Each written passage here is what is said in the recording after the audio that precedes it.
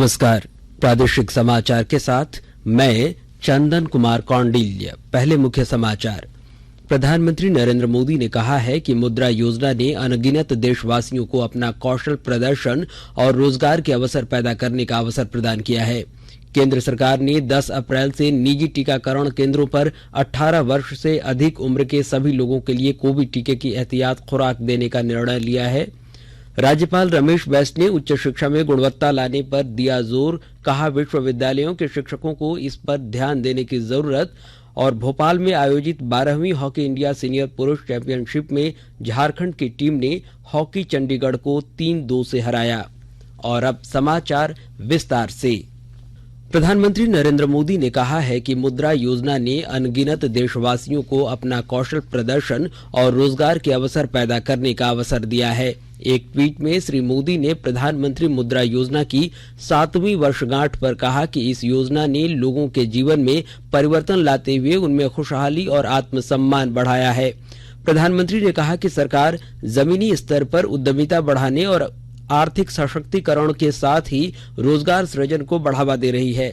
इस योजना से सूक्ष्म और लघु उद्यमियों को आसानी से ऋण उपलब्ध कराया जाता है। झारखंड हाईकोर्ट में आज चारा घोटाले में सजायाफ्ता राजद प्रमुख लालू प्रसाद यादव की जमानत याचिका पर सुनवाई हुई। इसमें सीबीआई ने अपना जवाब दाखिल करने के लिए कोर्ट से समय मांगा।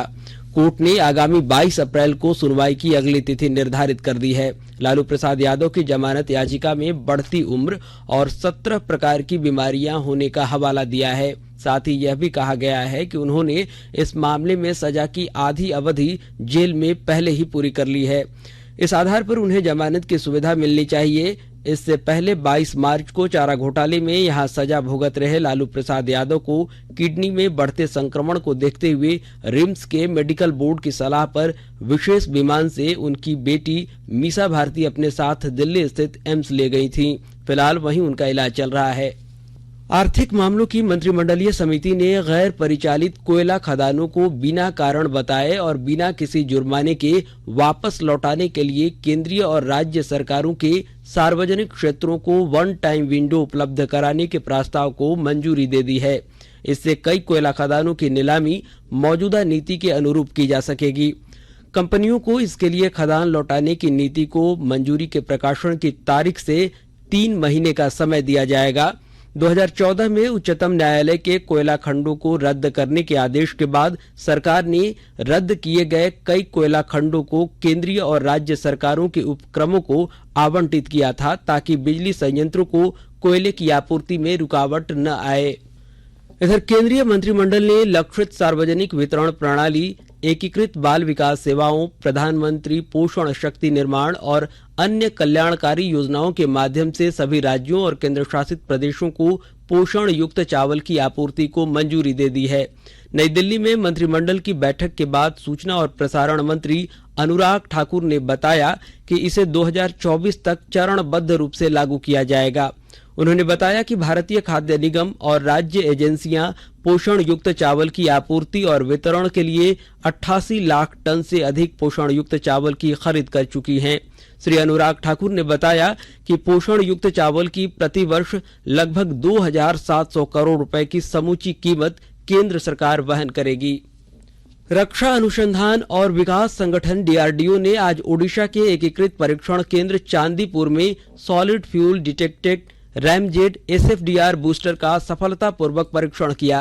परीक्षण के दौरान जटिल मिसाइल प्रणाली में शामिल सभी महत्वपूर्ण घटकों ने सफलतापूर्वक और विश्वसनीय प्रदर्शन किया और मिशन के सभी उद्देश्यों को पूरा किया। रक्षा मंत्रालय ने कहा कि एसएफडीआर आधारित संचालक मिसाइल को लंबी दूरी से ध्वनि की गति से हवाई खतरों के बीच में ही रोकने में सक्षम बनाता है। एसएफडीआर को हैदराबाद की रक्षा अनुसंधान और विकास प्रयोगशाला ने डीआरडीओ प्रयोगशाला हैदराबाद के अनुसंधान केंद्र और पुणे की उच्च ऊर्जा सामग्री अनुसंधान प्रयोगशाला के सहयोग से विकसित किया है। रक्षा मंत्री राजनाथ सिंह ने एसएफडीआर के सफल परीक्षण के लिए रक्षा अनुसंधान और विकास संगठन को बधाई दी है। इधर केंद्रीय मंत्रिमंडल ने अटल नवाचार मिशन को मार्च 2023 तक जारी रखने को मंजूरी दे दी है। यह मिशन देश में नवाचार संस्कृति और उद्यमशीलता के अनुकूल माहौल बनाने के अपने अपेक्षित लक्ष्य के लिए काम करेगा। मिशन के इन लक्ष्यों में शामिल है 10,000 अटल टिंकरिंग लैब, 101 अटल इंक्यूबेशन केंद्र, 50 अटल सामुदायिक नवाचार केंद्र की स्थापना करना और अटल नया भारत चुनौतियों के माध्यम से 200 स्टार्टअप की सहायता करना है। स्थापना और लाभार्थियों की सहायता की प्रक्रिया पर 2,000 करोड़ रुपए खर्च किए जाएंगे। वहीं अटल नवाचार मिशन का उद्देश्य देश में नवाचार और उद्यमशीलता के अनुकूल माहौल बनाना और इन्हें बढ़ावा देना है। ऐसे स्कूलों, विश्वविद्यालयों, अनुसंधान संस्थानों, सूक्ष्म, लघु और मध्यम उद्योगों और औद्योगिक स्तर पर उपायों के माध्यम से किया जाएगा। सरकार ने 10 अप्रैल से निजी टीकाकरण केंद्रों पर 18 वर्ष से अधिक उम्र के सभी लोगों के लिए कोविड टीके की एहतियाती खुराक देने का निर्णय लिया है। केंद्रीय स्वास्थ्य मंत्रालय ने कहा है कि ऐसे सभी लोग जिनकी उम्र 18 वर्ष से अधिक है और जिन्हें दूसरी खुराक लेने के बाद 9 महीने बीत चुके हैं, वे एहतियात खुराक के लिए पात्र होंगे। मंत्रालय के अनुसार देश में 15 वर्ष से अधिक उम्र के लोगों में लगभग 96% को अब तक कम से कम एक टीका लगाया जा चुका है और लगभग 83% ने दोनों खुराक ले ली है। स्वास्थ्यकर्मी, अग्रिम पंक्ति के कार्यकर्ता और 60 वर्ष से अधिक उम्र के लोगों को 2,40,00,000 से अधिक एहतियात खुराक भी दी जा चुकी है। वहीं स्वास्थ्य मंत्रालय ने बताया कि 12 से 14 वर्ष आयु वर्ग के 45% लोगों को भी वैक्सीन की पहली खुराक मिल चुकी है। सरकारी टीकाकरण केंद्रों से जारी पहली और दूसरी खुराक के निःशुल्क टीकाकरण कार्यक्रम के साथ साथ स्वास्थ्य कर्मियों, अग्रिम पंक्ति के कार्यकर्ताओं और 60 वर्ष की उम्र से अधिक के लोगों को एहतियाती खुराक देना जारी रहेगा। और आकाशवाणी के ताजातरीन समाचारों के लिए आप हमारी वेबसाइट newsonair.com पर लॉग इन कर सकते हैं। ताजा समाचार Twitter handle @AIR News Alerts और Facebook page all India radio news पर भी उपलब्ध है। आप प्रादेशिक समाचार एकांश के ट्विटर हैंडल @AIR News_Ranchi और फेसबुक पेज, इंस्टाग्राम पेज और YouTube channel AIR News Ranchi पर भी हमारे बुलेटिन सुन सकते हैं। प्रादेशिक समाचार आप आकाशवाणी रांची से सुन रहे हैं और अब पेश है कोरोना से बचाव के कुछ संदेश। कोविड-19 से बचाव और सुरक्षित रहने के 3 उपाय। मास्क लगाएं, 2 गज दूरी है जरूरी, सुरक्षित दूरी रखें, हाथ और मुंह साफ रखें।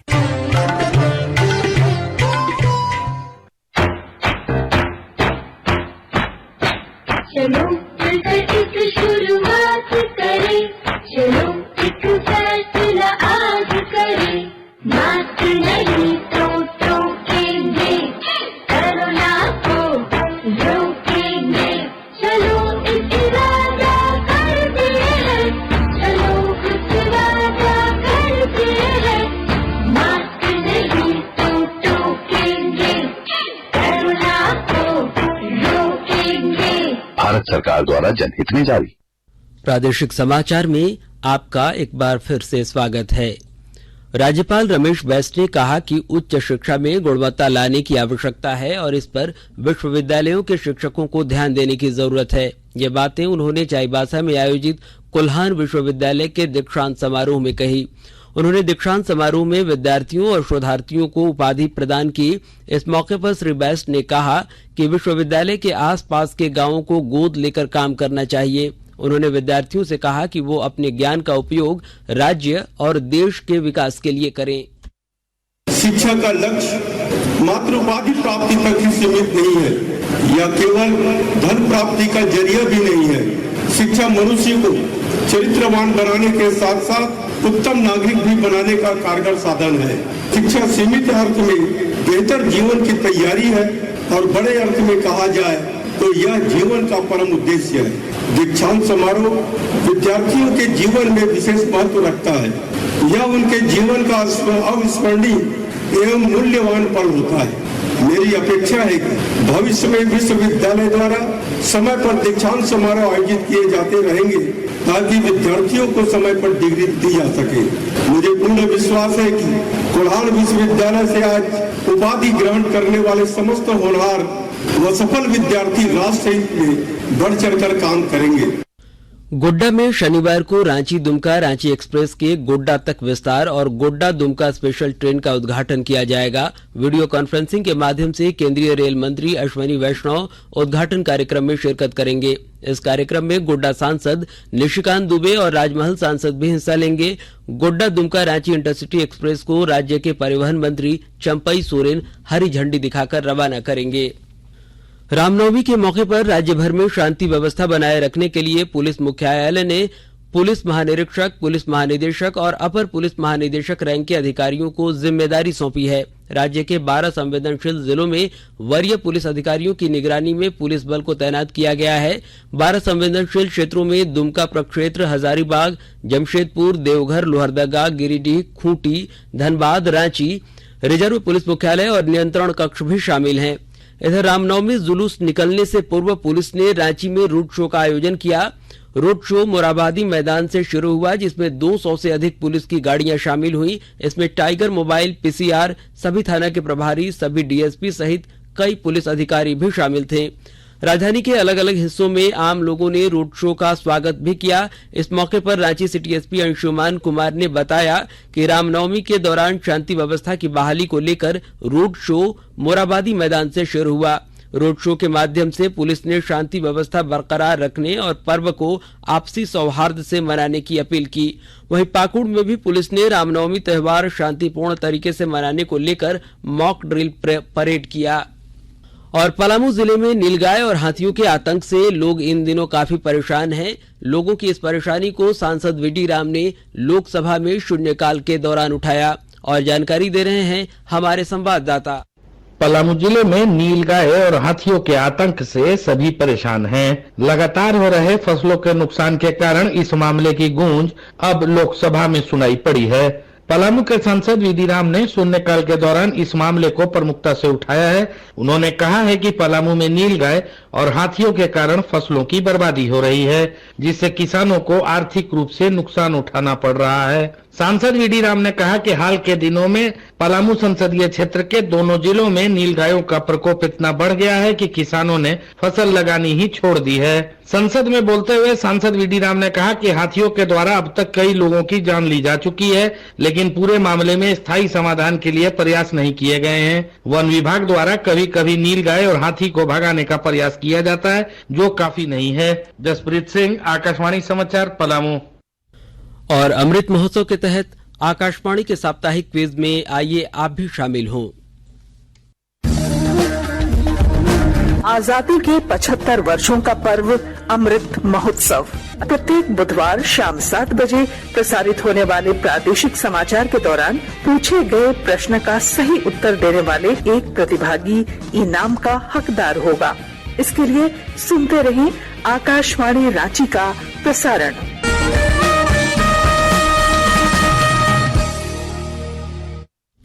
सुनचियान में खेले जा रहे कोरिया ओपन बैडमिंटन प्रतियोगिता में पीवी सिंधु महिलाओं की एकल स्पर्धा और किदाम्बी श्रीकांत पुरुष सिंगल सेमीफाइनल में पहुंच गए हैं। इन दोनों खिलाड़ियों से भारत को बहुत उम्मीदें हैं। आज सुबह क्वार्टर फाइनल में किदाम्बी श्रीकांत ने कोरिया के वानहो सो को 21-12, 18-21, 21-12 से हराया। वहीं सेमीफाइनल में श्रीकांत का सामना थाईलैंड की 8वीं वरीयता प्राप्त कुनलावुत विटिडरसन और इंडोनेशिया के जोनाथन क्रिस्टी के बीच होने वाले मैच के विजेता से होगा।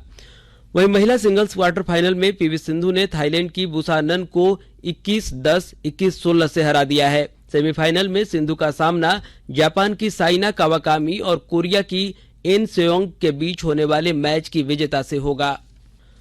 और इधर मध्य प्रदेश के भोपाल में 6 से 17 अप्रैल तक आयोजित 12वीं हॉकी इंडिया सीनियर पुरुष हॉकी चैंपियनशिप में झारखंड की टीम ने हॉकी चंडीगढ़ को 3-2 से हरा दिया है। हॉकी झारखंड के उपाध्यक्ष मनोज कोनबेगी ने बताया कि 12वीं हॉकी इंडिया सीनियर पुरुष हॉकी चैंपियनशिप में हॉकी झारखंड ने आज अपने दूसरे मैच में अपने से रैंकिंग में 7 रैंक ऊपर वाले हॉकी चंडीगढ़ की टीम को पराजित कर लगातार दूसरी जीत हासिल की। उन्होंने बताया कि आज के मैच में झारखंड टीम ने पहले क्वार्टर में 1 गोल पीछे रहने के बावजूद वापसी की और दूसरे क्वार्टर में 2 गोल किया तथा तीसरे क्वार्टर में 1 और गोल कर मैच 3-2 से अपने नाम कर लिया। और अंत में मुख्य समाचार एक बार फिर। प्रधानमंत्री नरेंद्र मोदी ने कहा है कि मुद्रा योजना ने अनगिनत देशवासियों को अपना कौशल प्रदर्शन और रोजगार के अवसर पैदा करने का अवसर दिया है। केंद्र सरकार ने 10 अप्रैल से निजी टीकाकरण केंद्रों पर 18 वर्ष से अधिक उम्र के सभी लोगों के लिए कोविड टीके की एहतियात खुराक देने का लिया निर्णय।